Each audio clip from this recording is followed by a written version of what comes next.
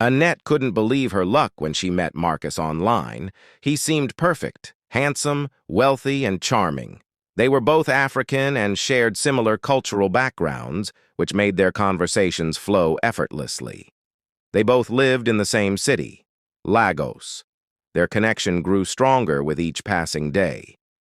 As their relationship deepened, Marcus proposed the idea of meeting in person. He wanted to support Annette in her studies. Eventually, they met and went out shopping. After a delightful day spent exploring the city and enjoying each other's company, it time for Annette to be dropped off at her house. They had planned an evening outing, but first, Annette needed to rest and freshen up. As Marcus drove her home, they talked about the highlights of their day. The laughter they shared and the bond they formed made the car ride seem too short. Annette found comfort in Marcus's presence, and he felt the same with hers. "Thank you for an amazing day, Marcus," Annette said with a smile. "It was my pleasure, Annette," Marcus replied, his eyes reflecting his genuine affection. "Rest well, and I'll see you in a few hours." Annette nodded, giving him one last warm hug before heading inside. Annette was very exhausted and rushed into her bedroom for a short nap. She couldn't wait for the night out with Marcus. It was night, and Marcus picked Annette up in his flashy car, a sleek black sports model that hummed with power as it glided through the streets. As they drove, the city's familiar lights began to fade, replaced by the dark, shadowy outlines of trees. Annette marveled at how effortlessly Marcus managed the curves of the road, but a niggling thought spiked her consciousness. She had never thought to ask for his address or where they were headed. Shaking it off, she reminded herself that she trusted him. After all, she was in love, and it didn't matter. The car slipped deeper into the woods, the towering trees enclosing them in a leafy embrace. "Where are we going?" she asked, her tone light, trying to mask the hint of unease she felt. Marcus flashed her a reassuring smile, his eyes briefly catching the glow of the dashboard lights. "You'll see. It's a surprise," he said mysteriously. His enigmatic response only deepened her curiosity, but she decided to go along with whatever he had planned. Suddenly, Marcus pulled up by the lonely road and asked Annette to alight so they could have a good time in the woods. Annette hesitated for a moment, taken aback by Marcus's sudden suggestion. The cold night air seeped into the car as she reluctantly opened her door and stepped out onto gravelly roadside. Marcus walked around the car to join her, a mischievous grin playing on his lips. "Come on, Annette," he coaxed. "It'll be fun." Annette tried to smile back, but she couldn't shake the uneasy feeling creeping up her spine. She glanced around, trying to find reassurance in the familiar. "Are you sure this is a good idea?" she asked, her voice trembling ever so slightly. Marcus took her hand and pulled her closer. "Trust me," he said softly. "Let's make tonight unforgettable." As they stood by the side of the lonely road, Annette couldn't help but feel a mix of anticipation and apprehension. Would this spontaneous adventure forge a Marcus excused himself for a while and stepped back a bit. Surprised, Annette turned to look at him. Her eyes widened in shock and disbelief as Marcus morphed seamlessly into a bat, his clothes falling in a heap on the ground.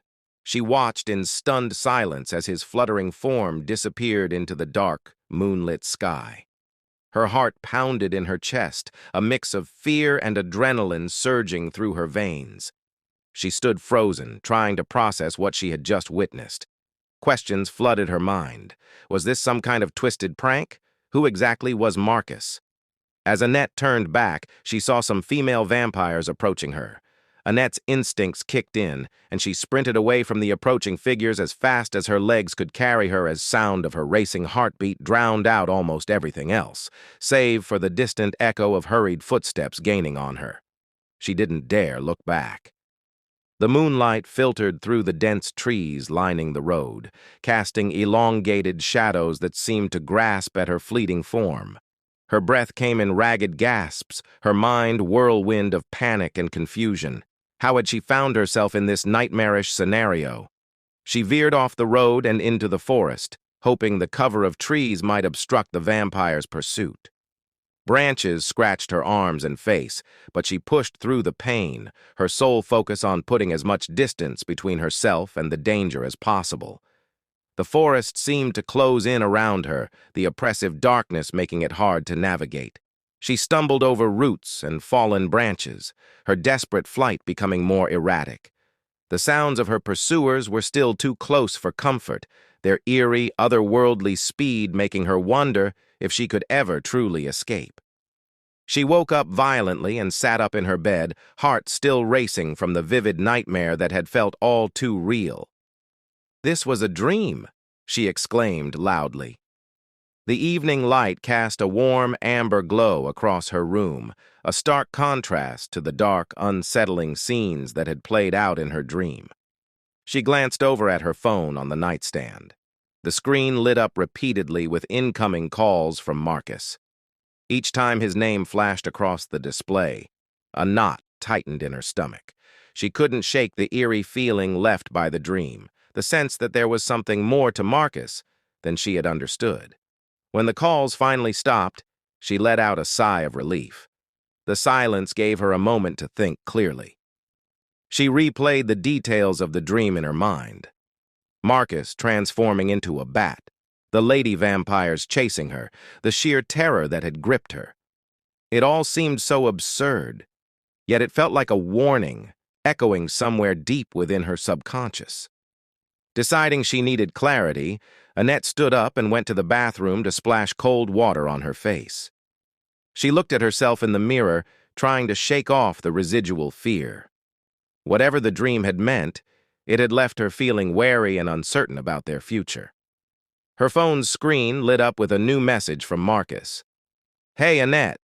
Tried calling you a few times. Are you okay? Let's catch up tonight if you're free." She hesitated, the words of the dream whispering at the back of her mind. Was this just a coincidence, or a sign she needed to be more cautious? Taking a deep breath, she decided it was best to proceed with caution. Annette typed out a reply. "Hey, Marcus.